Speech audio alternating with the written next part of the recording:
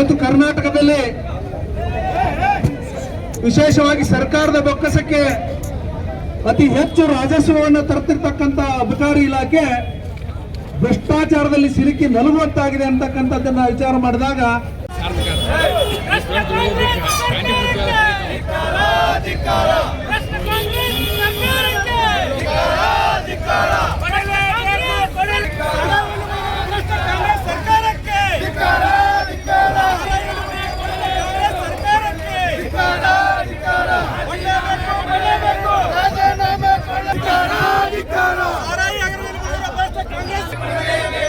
ಕರ್ನಾಟಕವನ್ನ ಹಗಲು ಧರಣಿ ಮಾಡುತ್ತಿರುವ ರಾಜ್ಯ ಸರ್ಕಾರಕ್ಕೆ, ಕಾನೂನನ್ನು ಗಾಳಿಗೆ ತೂರುತ್ತಿರುವ ಕಾಂಗ್ರೆಸ್ ಸರ್ಕಾರಕ್ಕೆ,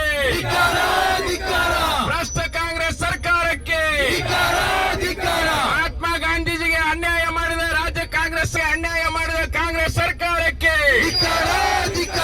ಬಾಬಾ ಸಾಹೇಬ್ ಅಂಬೇಡ್ಕರ್ ಅವರಿಗೆ ಅನ್ಯಾಯ ಮಾಡುತ್ತಿರುವ ರಾಜ್ಯ ಕಾಂಗ್ರೆಸ್ ಸರ್ಕಾರಕ್ಕೆ, ಎಲ್ಲ ಹಣವತ್ತುವ ರಾಜ್ಯ ಸರ್ಕಾರಕ್ಕೆ, MSL ಹೆಚ್ಚು ಮಾಡಿದ ಅರಬಿ ತಿಮ್ಮಾಪುರ ಅವರಿಗೆ, ರಾಜ್ಯ ಸರ್ಕಾರಕ್ಕೆ, ಭ್ರಷ್ಟ ಸಿದ್ದರಾಮಯ್ಯನವರಿಗೆ, ಭ್ರಷ್ಟ ಅಬಕಾರಿ ಸಚಿವ ಅರಬಿ ತಿಮ್ಮಾಪುರ ಅನ್ಯಾಯ ಮಾಡಿದ ಕಾಂಗ್ರೆಸ್ ಸರ್ಕಾರಕ್ಕೆ, ಆಧಾರ ಸಮೇತ ಇವತ್ತು ದೂರನ್ನು ಕೊಟ್ಟಿದ್ದಾರೆ. ತಿಪ್ಪೇಸ್ವಾಮಿ ಅಂತಕ್ಕಂಥವರು ಆಡಿಯೋ ಕ್ಲಿಪ್ ಫೋಟೋಗಳ ಸಮೇತ ದೂರನ್ನ ದಾಖಲು ಮಾಡಿದ್ದಾರೆ. ಆ ದೂರಿನಲ್ಲಿ ಸಚಿವರ ಹೆಸರು ಸಹ ಬಂದಿದೆ, ಉಲ್ಲೇಖ ಆಗಿದೆ ಅಂತಂದ್ರೆ ನೇರವಾಗಿ ಸಚಿವರ ಪಾತ್ರ ಇದರಲ್ಲಿದೆ ಅಂತಕ್ಕಂಥದ್ದು ಎಲ್ಲರಿಗೂ ಕರ್ನಾಟಕ ರಾಜ್ಯದ ಜನರಿಗೆ ಕಾಣ್ತಾ ಇದೆ. ಇಷ್ಟಾದ್ರೂ ಸಹಿತ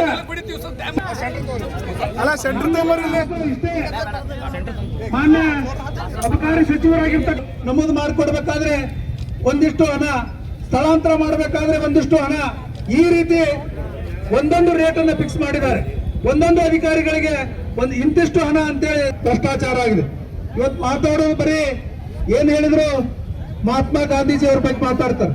ಮಹಾತ್ಮ ಗಾಂಧೀಜಿ ಅವರು ಮದ್ಯಪಾನ ಮುಕ್ತ ರಾಷ್ಟ್ರ ನಿರ್ಮಾಣ ಆಗ್ಬೇಕು ಅಂತಕ್ಕಂಥ ಕನಸನ್ನು ಕಂಡಿದ್ರು.